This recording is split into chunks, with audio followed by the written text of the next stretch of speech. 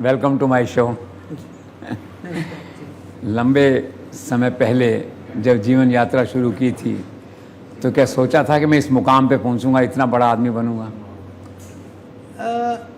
सोच संस्कृति के लिए बचपन से रही, क्योंकि हमारा जो परिवेश, हमारे जो संस्कार हैं इस तरह से रहे कि जहाँ थोड़ा संस्कृति का या एक तरह से पूजा पाठ करने वाली एक प्रवृत्ति रही।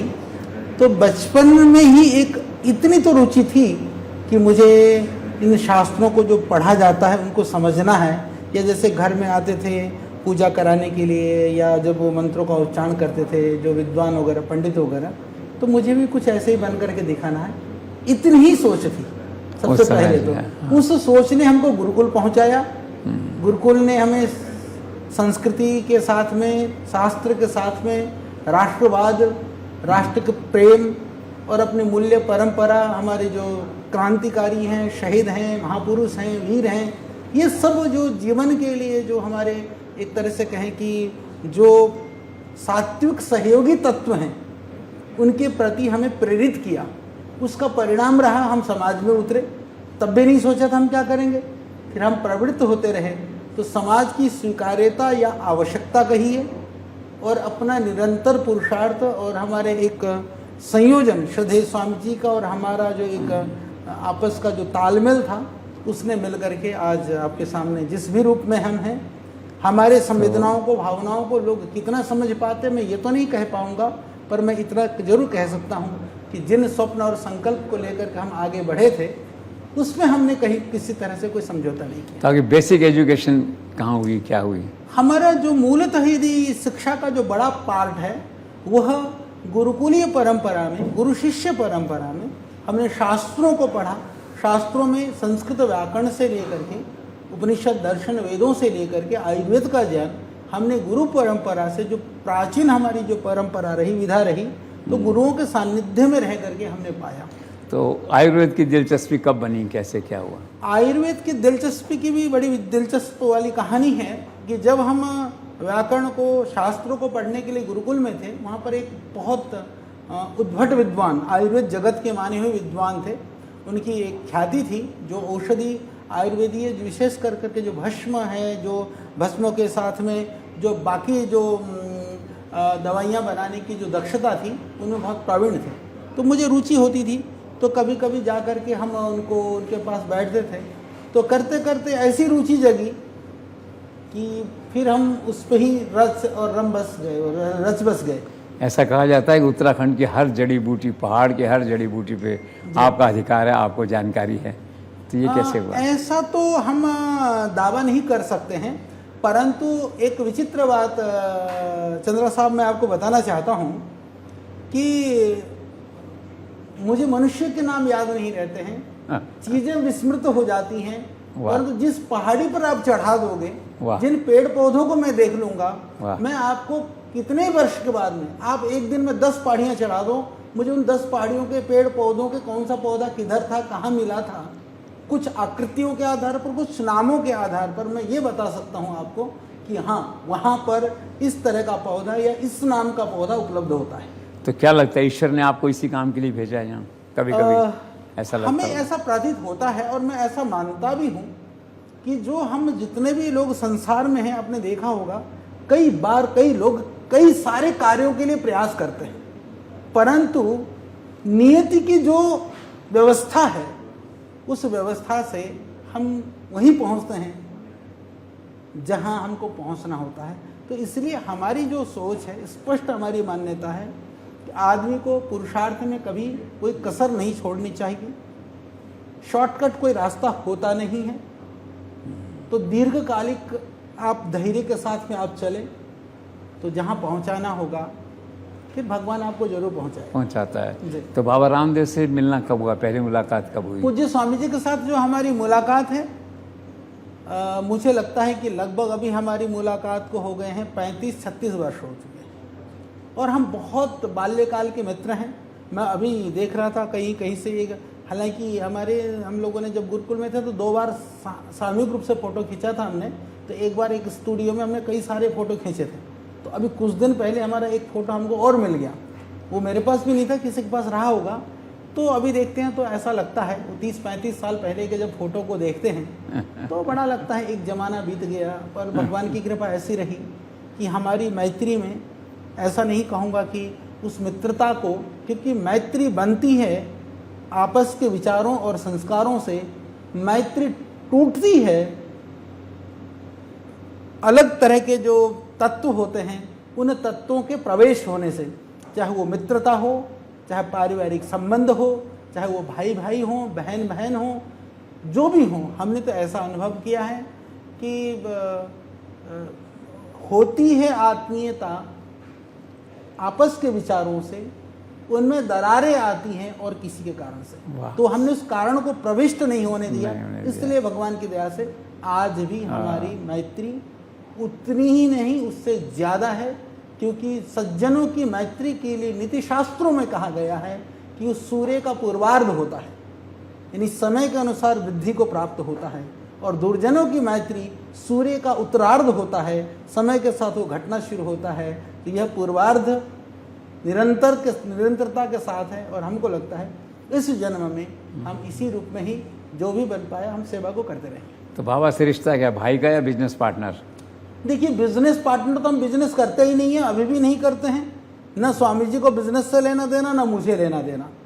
यदि बिजनेस से है तो जो एक तरह से देखिए, व्यापार हमारा लक्ष्य नहीं, व्यापार हमारे लिए साधन है। एक दूसरी बात, जो रिश्ता है, जब गुरुकुल में पढ़ता था तो भी मैं उनको भ्राता जी बोलता था। अब मैं पूज्य भ्राता जी को पूज्य स्वामी जी या महाराज जी बोलता हूँ, या भ्राता जी भी बोलता हूँ। मेरा वह रिश्ता अटूट था और अटूट है, अटूट रहेगा। बाकी जो कार्यगत जो व्यवस्था है वो हमारी व्यवस्था है, हमारा संबंध और रिश्ता नहीं है। हमारे बीच में कोई भी बंटवारा नहीं है, किसी भी तरह से कोई विभेद नहीं है। तो इसीलिए, और जहाँ तक जैसा आपने एक चीज़ थोड़ा छेड़ दिया, मैं सारी दुनिया को ये बताना चाहता हूँ, मैं आपके लिए भी, मान लीजिए अब हम हैं, यदि आप कहें कि आचार्य जी आपको जीवन निर्वहन के लिए कितना साधन चाहिए, मैं आपसे पूछता हूँ, मुझको देखते हुए आपको कितना लगता है कि मुझे जीवन जीने के लिए मुझे कोई रईसी का प्रदर्शन करना नहीं, बीवी बच्चों को ब्याहना नहीं, और दुनियादारी में कहीं हमको वो ठाठ बाट के जो है वो करने नहीं। तो आप बताइए कि मुझे यदि व्यक्तिगत रूप से जीवन जीने के लिए जो चाहिए, जिसको धन या अर्थ कहते हैं, कितना खर्च कर लूँगा? मान लीजिए मेरी जो आवश्यकता है वो तो बहुत कम है, पर उसको बहुत बढ़ा चढ़ा करके भी आप कहें तो मैं कहता हूँ कि मुझे जीने के लिए महीने में 10 लाख रुपए भी मान लो, साल का 1 करोड़ रुपया हो गया, तो मेरे को अभी लगभग मैं 50 पार हो चुका हूँ। 80 का मान लो, 30 साल के लिए 30 करोड़ चाहिए, 30 को डबल कर दो 60 हो जाएगा, 60 को डबल कर दो 100 करोड़ हो गया। तो 100 करोड़ की यदि मैं FD कर दूँ, क्या मैं इस जन्म में उससे ज़्यादा व्यक्तिगत जीवन के लिए खर्च कर सकता हूँ? क्या नहीं कर सकते। फिर भी हम काम क्यों कर रहे? जब हमको खर्चा ही नहीं करना है, अपने लिए प्रयोग ही नहीं करना है। श्रद्धेय स्वामी जी सुबह 3 बजे से लेकर के रात को 10 बजे तक लगे रहते हैं निरंतरता के साथ। वो ठीक है कि हम यदि कहें कि ये हम क्यों कर रहे हैं, तो मैं आपको बताता हूँ। देखिए, पतंजलि ने स्वदेशी के प्रति सम्मान करना सिखाया देशवासियों को। गुरुकुल में हम पढ़ते थे, हमें याद है आज भी, हमको इन कपड़ों को धोने के लिए हमें साबुन की ज़रूरत होती थी। तो हमको कभी कभी हम जनरली हम टूथपेस्ट नहीं करते थे, हम दातुन करते थे। तो जो साबुन है, तेल है सर पे लगाने वगैरह के लिए, तो 3-4 आइटमों की ज़रूरत होती थी। तो भी हमारी एक राष्ट्रवाद की एक अवधारणा हमने सीखा गुरुकुल में कि स्वदेशी होना चाहिए, राष्ट्रवादी बनना चाहिए, संस्कृति के प्रति निष्ठा रखने वाले बनना चाहिए। जब पढ़ा तो हमको सामानों की लिस्ट में ढूंढना पड़ता था कि ज़रा कपड़े धोना है, नहाना है, तो कौन सा साबुन विदेशी है, कौन सा साबुन स्वदेशी है, तब मिलता नहीं था। फिर साबुन कपड़ा धोने के लिए भी हमको, क्योंकि वो रीन से थोड़ा ज़्यादा साफ़ हो जाता था, बाकी से कम होता था, तो फिर भी हम 2 भाई साबुन, 4 भाई साबुन, कैंची साबुन, ऐसे ऐसे साबुनों के नाम होते थे, मुझे याद है आज भी। वो गोल गोल बड़े बड़े सफ़ेद सफ़ेद इतने मोटे मोटे डल्ले आते थे, उनको ला करके हम कपड़े धोते थे। हमने कहा कपड़ा भले ही न चमके, पर जीवन में स्वदेशी की चमक कम नहीं होनी चाहिए। ये संकल्प हमने गुरुकुल से लिया, और वहीं उसी के लिए आज श्रद्धेय स्वामी जी के पुरुषार्थ से स्वदेशी के लिए आज चाहे कितनी भी कंपनियां खड़ी हुई हों, पर पर्याय के रूप में, अग्रणी भूमिका के रूप में पतंजलि है और पतंजलि ही रहेगा। क्योंकि इतिहास हमेशा साक्षी होता साक्षी है। होता है। दूसरी बात, पतंजलि के कारण से जो लोग पतंजलि का सामान यूज भी नहीं करते हों, उनको भी पतंजलि ने बहुत लाभ पहुंचाया है। पतंजलि के प्रति उनको भी उनका उपकार मानना होगा। आप कहेंगे कि कैसे मानना होगा? सारे विदेशी कंपनियों के, मुझे याद है एलोवेरा जूस जब हमने शुरू किया था, उससे पहले 1300 रुपये लीटर एलोवेरा जूस बिकता था। आज उन्हीं कंपनियों का जूस 200 रुपये में आ गया। हमने 150 शुरू करी थी, हमको नहीं पड़ता खाए तो हमको 200 करना पड़ा। साबुन, शैम्पू, टूथपेस्ट वगैरह जो डेली दैनंदिन जीवन में आप जो प्रयोग करते हैं, उनके आप मूल्यों को आप देखिए, पहले कितने मूल्य में बेचते थे। अब जबकि महंगाइयाँ बढ़ने के बाद में भी उन लोगों ने उन सामान के, उन आइटमों के रेट कम किए हैं, एक के साथ एक फ्री किया है।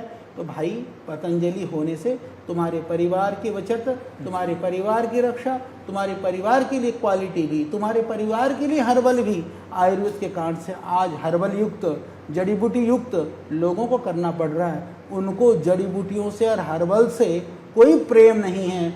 उनको प्रेम है कि पतंजलि ने जड़ी बूटी के नाम से, जड़ी बूटी के कारण से, आयुर्वेद के कारण से अपनी जगह बनाई है, तो उस जगह में घुसने के लिए जड़ी बूटी को लेकर के आ रहे हैं। तो इससे तो किसानों को भी लाभ हो रहा है। जड़ी बूटियाँ तो खेतों में उगती हैं, जड़ी बूटियाँ तो जंगलों में उगती हैं। तो हमारे आदिवासी जनजाति, जो हमारे किसान, जो गरीब मजदूर, उनको, क्योंकि एक एलोपैथिक दवाई की कंपनी बढ़ती है, उससे एक किसान को भी लाभ नहीं होता, क्योंकि केमिकल तो खेतों में नहीं उगाया जाता है।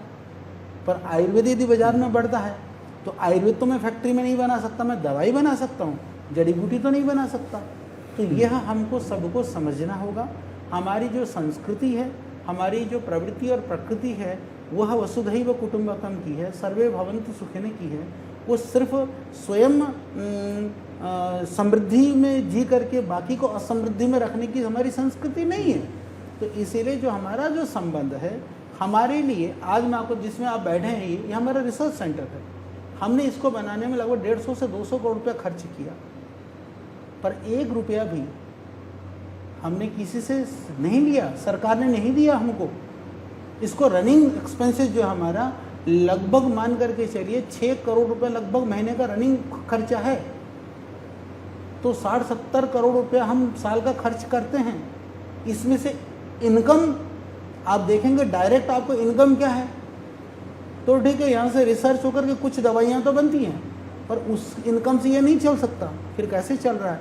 यदि हम पतंजलि आयुर्वेद में बाकी कारणों से, जो साधनों से हमें जो पैसा आता है, आज हम डंके की चोट पर कह सकते हैं कि हमारे पास बायोसेफ्टी लेवल का 3 लेवल का रिसर्च लैब है, हमारे पास 500 से ज़्यादा साइंटिस्ट हैं, हमारे पास वर्ल्ड के टॉप लेवल की फैसिलिटीज़ हैं। डंके की चोट पर हम कहते हैं, पर इसके साथ में हम ये भी कहते हैं, इसको खड़ा करने का सामर्थ्य लोगों के भरोसे ने हमें दिया है। लोग यदि हमें नहीं मानते, लोग हमारे पदार्थों को जो है स्वीकार नहीं करते, तो फिर हम कैसे खड़ा कर पाते? नहीं खड़ा कर पाते। तो इसीलिए लोगों का धन्यवाद है, जो लोग हमसे जुड़े हो उनका धन्यवाद है।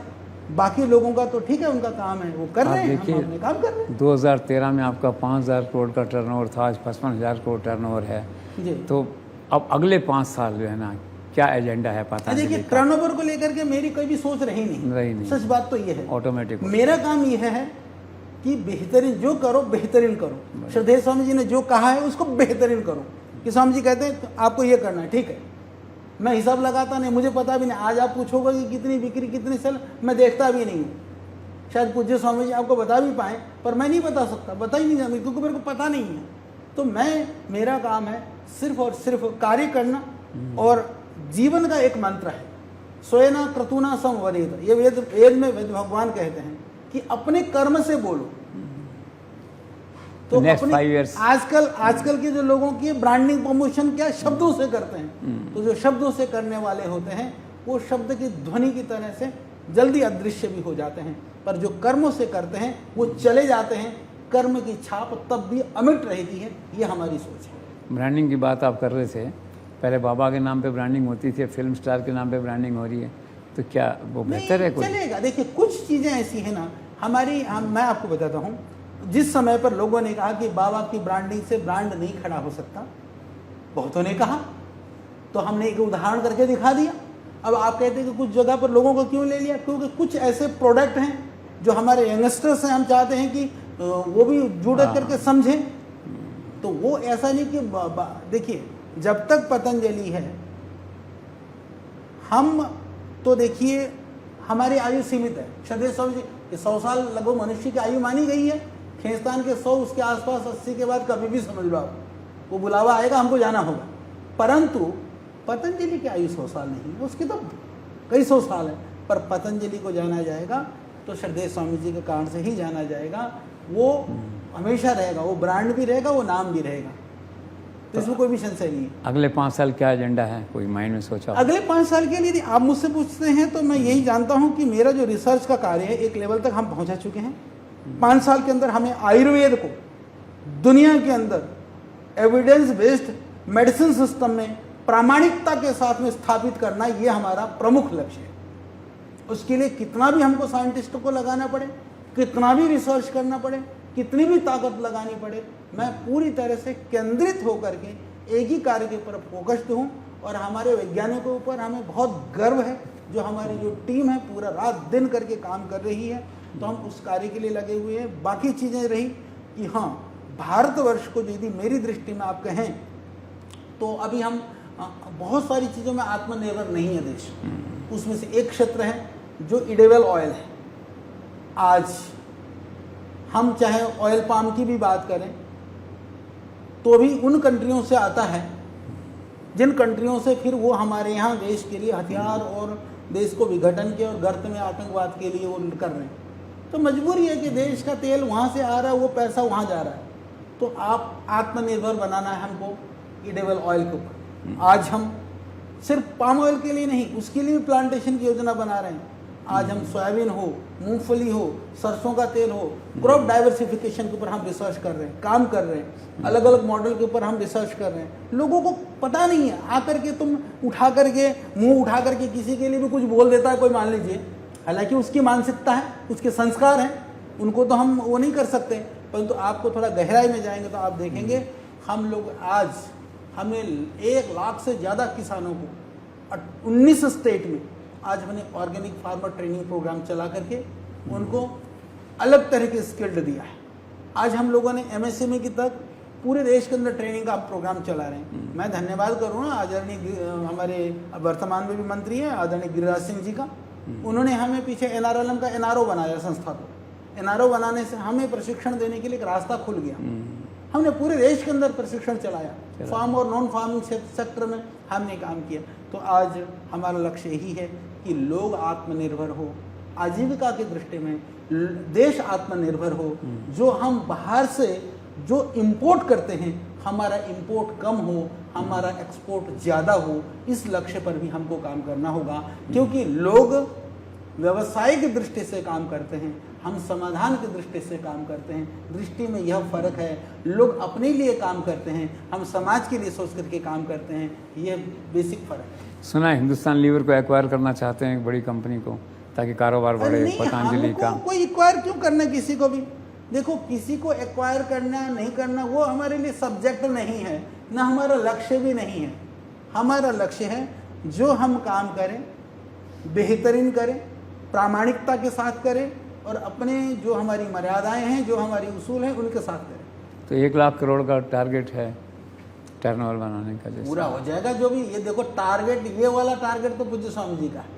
मेरा टारगेट है, जैसा मैंने आपको कहा कि आज आप मुझसे पूछोगे कि आचार्य जी आप एक एक प्रोडक्ट के विषय में बताइए, उनकी क्वालिटी के विषय में बताइए, उनकी प्रामाणिकता के विषय में बताइए। मैं आपको एक एक अक्षरशः बता सकता हूँ, एक एक इंग्रेडिएंट, उस पढ़ने वाले इंग्रेडिएंट की क्वालिटी, उसमें पढ़ने के लिए उसके पीछे की हुई हमारा रिसर्च और उनके वर्ल्ड में पब्लिश्ड जो डेटा है हमारे इंटरनेशनल जितने भी रिसर्च जर्नल में जो छपा है, वो मैं आपको बता सकता हूँ। वह कार्य मेरा है। और उसके लिए जड़ी बूटी के लिए हम किन खेतों से लेते हैं, किन जंगलों से लेते हैं, कितने किसानों को ट्रेनिंग दे रहे हैं, हम कितने किसानों से उगा रहे हैं। और आज भी हमारे पास एट ए टाइम पर, यदि आप देखना चाहेंगे, मैं लेके चलूँगा, हमारे पास लगभग 1200 से 1500 टन जड़ी बूटी एक समय पर वहाँ पर मेरे स्टॉक में रहता ही रहता है। वाह, आपने कहा 35-36 साल से बाबा के साथ हैं, तो उनकी पर्सनैलिटी का ऐसा कौन सा पार्ट है जिससे आप सबसे ज़्यादा प्रभावित हुए हैं या होते हैं?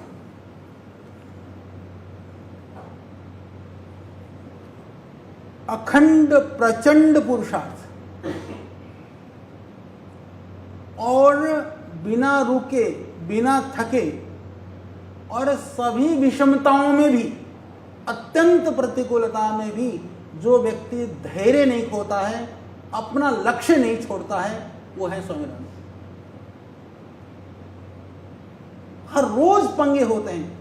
अब तक तो दूसरा कोई होता ना 10 बार मर के 10 बार पैदा हो जाता, पर वो बाबा रामदेव है जिसकी पता नहीं किस मिट्टी का बना हुआ है, वो दिलों में न जाने कितने दर्दों को लेके चलता होगा, परंतु एक क्षण के लिए बिना उसके चेहरे पर, उन्होंने कहा कि मुझे डेली यदि योग का लाइव करना है तो भाई साहब 5 वर्ष होने को है, एक दिन उस व्यक्ति ने नागा नहीं किया। इतनी निरंतरता, इतनी कर्म में तल्लीनता, इतनी कर्म में दृढ़ता, मुझको तो दूसरा व्यक्ति इस धरती में नहीं दिखाई देता। और दूसरी चीज, एक व्यक्ति के अंदर कितने रूप हो सकते हैं। साधु में ढूंढोगे टॉप लेवल के साधु हैं, योग में ढूंढोगे टॉप लेवल का योगी हैं, एडमिनिस्ट्रेशन में ढूंढोगे टॉप लेवल के एडमिनिस्ट्रेटर हैं, एजुकेशन में ढूंढोगे टॉप लेवल के वो एक प्रोफेसर हैं, आप ढूंढोगे व्यवस्था में, व्यवसायिक कार्यों में वो टॉप लेवल के एक व्यावसायिक व्यवस्थापन वाले व्यक्ति भी हैं। तो वीर हैं, क्रांतिकारी हैं, साधु हैं, महापुरुष हैं और सेवक हैं। हर रूपों में आप देख सकते हैं और सही माने में देख सकते हैं। और ऐसा नहीं है कि गिनती गिनाने के लिए, हर कार्य में वो एकदम उच्च स्तर पर है, टॉप लेवल पर है। तो आज चुनौतियाँ क्या हैं आप लोगों के सामने, पतंजलि के सामने? पतंजलि के सामने चुनौती यदि एक शब्द में मैं आपको कहूं तो जो षड्यंत्रकारी तत्व हैं, जो राष्ट्र विरोधी हैं, जो योग और आयुर्वेद को ऊंचा उठता हुआ देखना नहीं चाहते हैं, उन परंपराओं को आगे बढ़ता हुआ देखना नहीं चाहते हैं, वही एक तरह से चुनौती भी नहीं है, हमारा समय बर्बाद करने वाले हैं तब। तो हमको काफी समय जो हम सृजन में लगा सकते थे, हमें उलझन में वो लगा करके रखना चाहते हैं, परंतु उन उलझनों में हम सृजन को कभी नहीं छोड़ेंगे। कोई बिजनेस राइवल इंटरेस्ट रहा हो किस लोगों का, बिजनेस तो राइवल? दोनों चीज हो सकती है। देखिए 3 तरह से विरोध होता है। किसी के हित बाधित हो रहे हों, यानी बिजनेस इंटरेस्ट जो जिसको आप जैसे कह रहे हैं, पहले लोग तो होते हैं हित बाधित वाले, जिनके हित बाधित हो रहा है, वो तबका बहुत बड़ा तबका है। उन्हें उद्योगपति हो सकते हैं, नेता हो सकते हैं, अलग अलग तरह की एजेंसियां हो सकती हैं, अलग अलग प्रवृत्ति और मान्यताओं को मानने वाले लोग हो सकते हैं, कोई भी हो सकता है। पहला होता है जिसका हित बाधित है। दूसरे वो हैं जिनको किसी की को कोई अच्छा करता हुआ, उनको अच्छा कुछ नहीं करना है, कोई हित बाधित भी नहीं है, परंतु अच्छा होता हुआ सहन नहीं होता। वो कैसे लोग होते हैं, जैसे मैं कहूँ चंद्रा जी बैठे, अरे चंद्रा जी तो बोले 10 आपकी बुराइयां गिना देंगे, क्यों उनका, अरे कोई आकर के नहीं चंद्रा जी तो बहुत अच्छे हैं, अच्छा उसका भगत होगा इसलिए बात कर रहा है। यानी आपको मैं अच्छा बोलूं तो वो सुनने को तैयार नहीं, निकल जाएगा पतली गली से, आपको लेना देना नहीं उसको, ना तो आपको बुराई से ना अच्छाई से। यदि मैं आपको अच्छा बोलूं तो पतली गली से निकल जाता है, मैं बुरा बोलूं अच्छा और क्या क्या बुरा है, एकदम इंटरेस्ट बढ़ता है। वो जो मानसिकता और वो तबका जो है इस देश के अंदर बहुत बड़ा है, खाली है, पर लोगों को बुराइयां सुनने में उनको बहुत मजा आता है। तो सुप्रीम कोर्ट में तो जो और सुन लो, अभी तो और गिना तो तीसरा, 2 तो ये हो गए। तीसरे वो लोग हैं जैसे कहीं मेरा कुछ हो ना हो, दूसरे का तो बिगड़े तो कोई लेना देना नहीं, इनको बस जैसे कहते हैं ना, चलती में टांगड़ी मारना और गिराना चलना।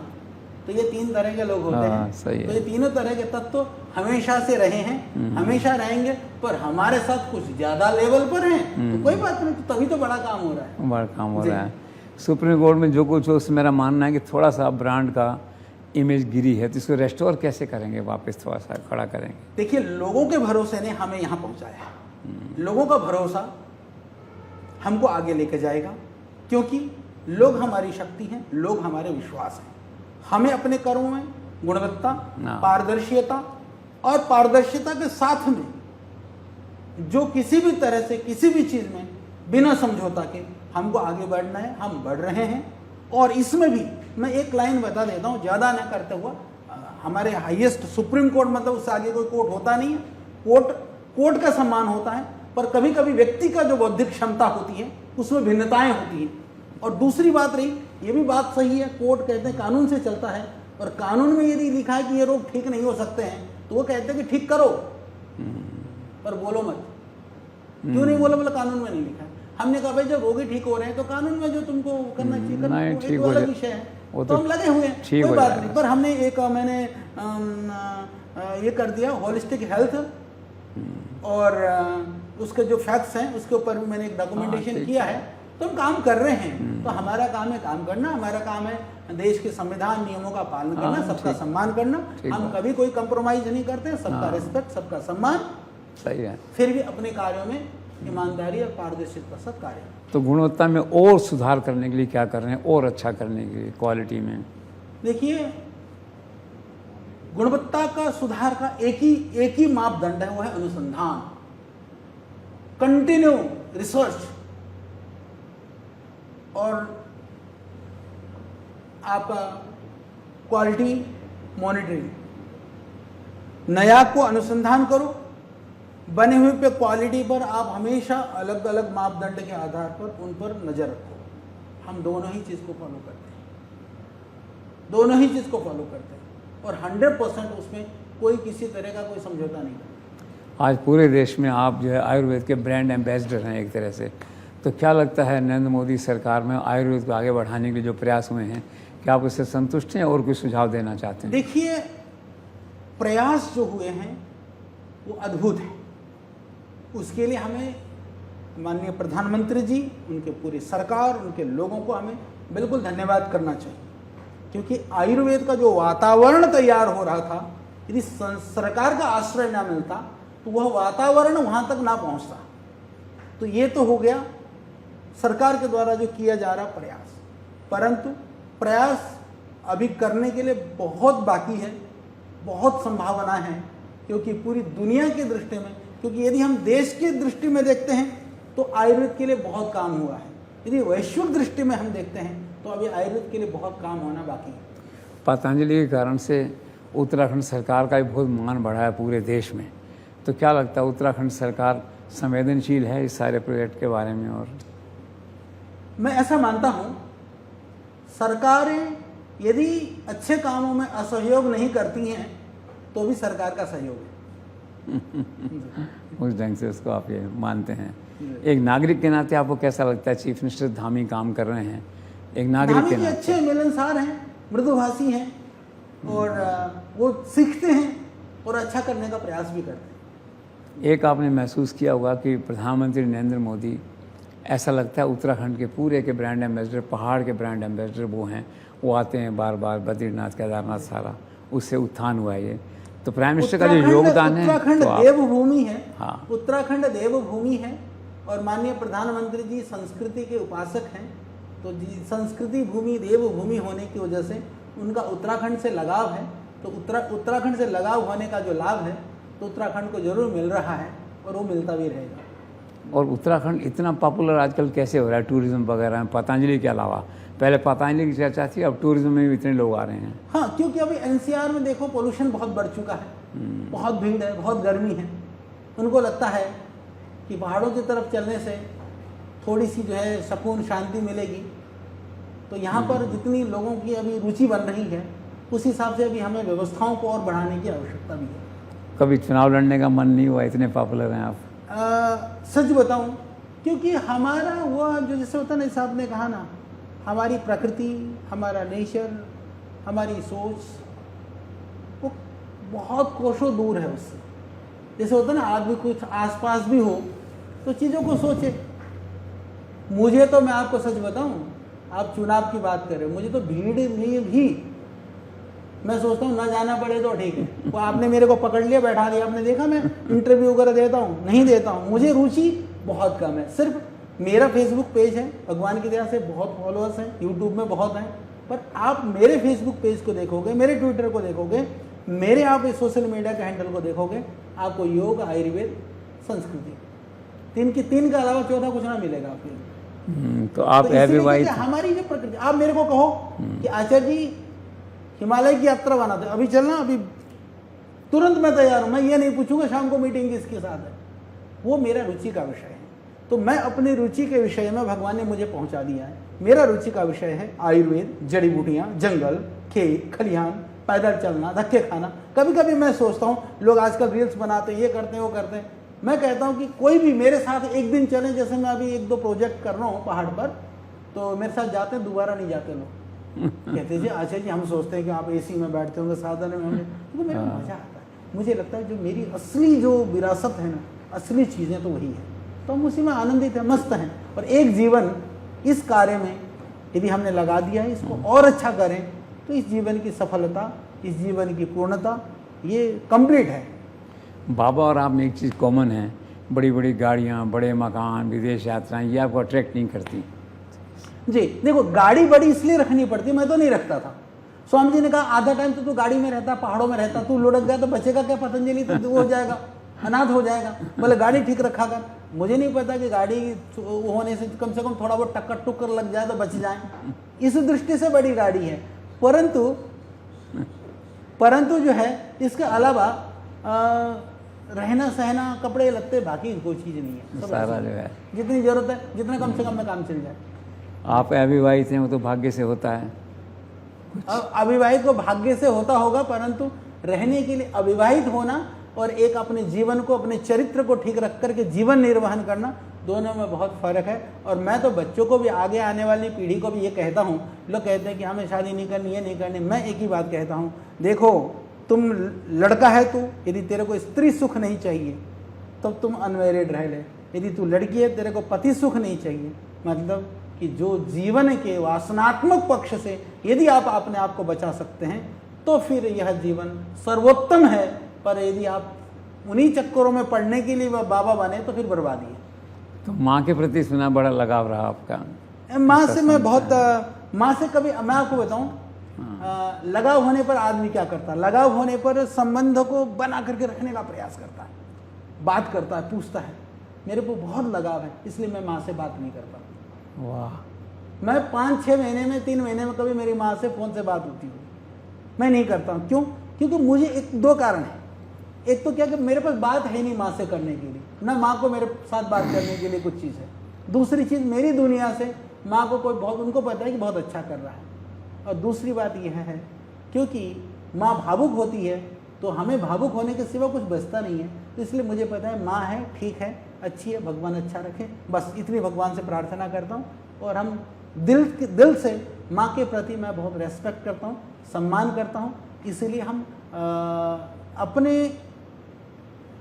एजेंडे में, अपने जैसे होता ना आदर्श में, जहाँ भगवान के बाद लोग कहते हैं ना कि माता पिता को साक्षी मान करके, लक्ष्य मान करके मैं काम करता हूँ कि जीवन में जो भी करूँ, मेरे माता पिता, मेरी परंपरा, कुल वंश के लिए वह कभी भी उनके गौरव को कम करने वाला ना हो, ये मैं ध्यान रखता हूँ। तो मैं मानता हूँ यदि इतना ध्यान रख करके आप काम करते हो तो माँ बाप के प्रति इससे बड़ा कोई प्रेम नहीं हो सकता। ऐसा सुना है कि कहते हैं शास्त्रों में भी कि अगर सांस खत्म हो जाए और तमन्ना बाकी रहे तो अधूरी है मृत्यु, लेकिन अगर तमन्ना पूरी हो जाए और सांस भी बाकी रहे तो मोक्ष।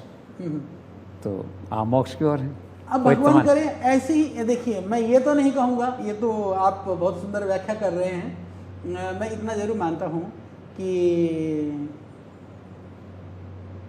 इच्छाओं के लिए नहीं, इच्छाओं से परे होकर के कर्म में प्रवृत्त हो जाओ तो फिर जो उसका आनंद है, इच्छा रख कर के काम करने वाले कभी नहीं पा सकते।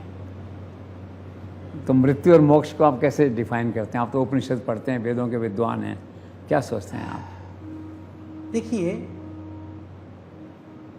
एक गहन और गूढ़ विषय है, पर संक्षिप्त में यह है कि आज जो हम जहाँ खड़े हैं ये हमारी अपनी चाहत से खड़े हैं। चाहत अर्थ उसके लिए अत्यंत पुरुषार्थ करके उस और प्रवृत्त होने का परिणाम, यानी हमारे विचारों के परिणाम के स्वरूप हम हैं। तो जैसे जैसे विचार भाव स्थिति में हम रहेंगे हम वहीं पहुंचेंगे।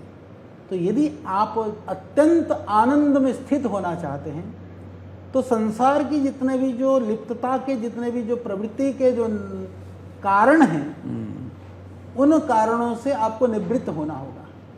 जो कहते हैं ना बंधनों को तोड़ना, वस्तुतः बंधन को तोड़ना का अर्थ ये नहीं है। मैं कहता हूँ तोड़ना नहीं, बंधनों से बचना। तोड़ना तो तब पड़ेगा जब आप बंधन में हो, बचोगे तो तोड़ना भी नहीं पड़ेगा। जब नहीं पड़ेगा तो आप जीते जी ऐसी स्थिति में रहेंगे कि आपकी आवश्यकताएं पूरी हो गई, आपने जीवन को देख लिया है। तो जब आप उस भाव में आ जाएंगे तो इस दुनिया से चले भी जाएंगे, तो फिर दुनिया में पैदा होने के लिए किसके लिए आओगे? तो दुनिया में तो लालसा से आदमी आता है ना, लालसा खत्म हो गई तो दुनिया में आने का चक्कर भी खत्म हो गया। तो वही मोक्ष है। वो सभी धर्मों में आप देखेंगे कि जो कैवल्य है, ठीक है, वो मरने के बाद में कई लोगों की अलग अलग तरह की कल्पनाएं, कौन सा कहाँ जाता है, कोई स्वर्ग लोक में, कोई वैकुंठ लोक में, कोई 5वें आसमान में, कोई 7वें आसमान में, कोई हुरों में कहीं कहीं पहुँच जाते हैं, वो अलग अवधारणा है। परंतु जाने की अवधारणा यही है कि आप निवृत्ति से ही, अलिप्तता से निवृत्त हो सकते हैं, निवृत्ति से ही संसार से मुक्त हो सकते हैं। ये बात सत्य है। एक आखिरी सवाल ये है, आजकल बाज़ार में नकली आयुर्वेद दवाइयों का एक बाढ़ सी आई हुई है और 2 क्षेत्र बड़े पॉपुलर बिक रहे हैं उसमें। एक तो है कि भाई आपका उम्र लंबी कैसे रहे, एंटी एजिंग जिसे कहते हैं, और एक और इसी तरह का दूसरा क्षेत्र है कि वजन कैसे घटाया जाए।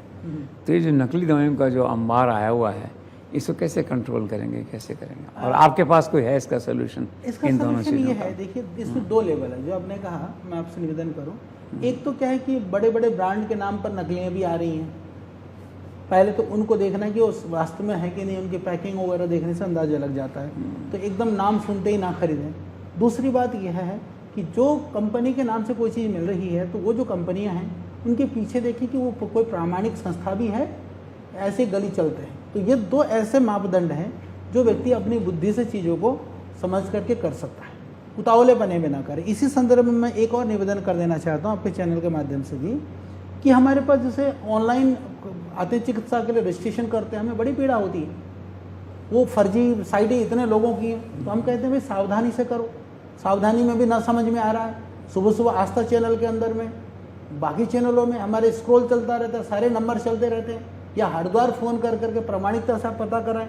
तो हमें जल्दीबाजी में नहीं जाना है, उतावलेपने में नहीं जाना है। यानी कि हमें पीड़ा है, हमें बीमारी है, हमें समस्या है, हमको उसको दूर करना है, पर दूर उतावलेपन से नहीं, जल्दीबाजी में नहीं, असावधानी से नहीं। असावधानी, जल्दीबाजी और उतावलापन करेंगे तो समस्या का समाधान तो नहीं होगा, आप एक और समस्या से घिर जाएंगे। इसलिए चाहे वो सामान है, चाहे कोई औषधि है, चाहे इवन आपको चिकित्सा आदि का लाभ लेना है, तो सावधानी से आप लें। ये बहुत ज़्यादा जरूरी है, क्योंकि सावधानी हटी दुर्घटना घटी। इसलिए साधु सावधान, सावधानी सब जगह चाहिए। तो विदेशों में आप सुना पतंजलि को ले जा रहे हैं, कोरिया वगैरह, और इधर क्या रेस्पॉन्स है?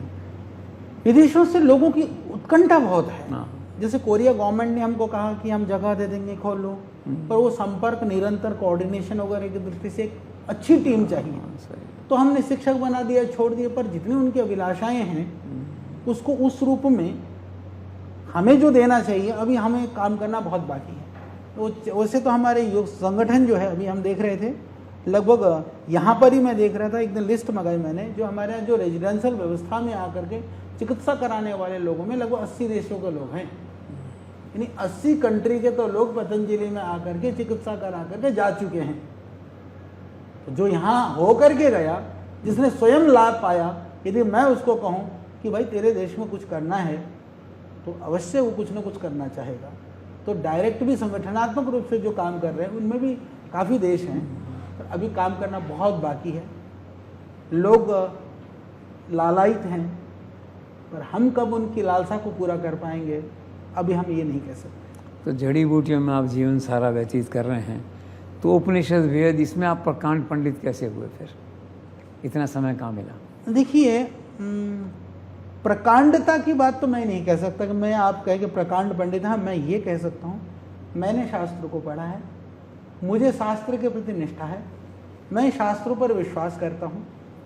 हाँ, जितना जीवन के लिए, जितना अपने बोध के लिए जरूरी है, उतना शास्त्रों का मैं स्वाध्याय भी करता हूँ। बहुत अच्छा। देश को, राष्ट्र को आज आप जैसे लोगों की आवश्यकता है, जो रिसर्च को, ज्ञान को, वेद को आगे बढ़ाएं। Thank you so much. जी, बहुत बहुत आपने समय धन्यवाद। निकाला। प्रणाम। Thank you so much.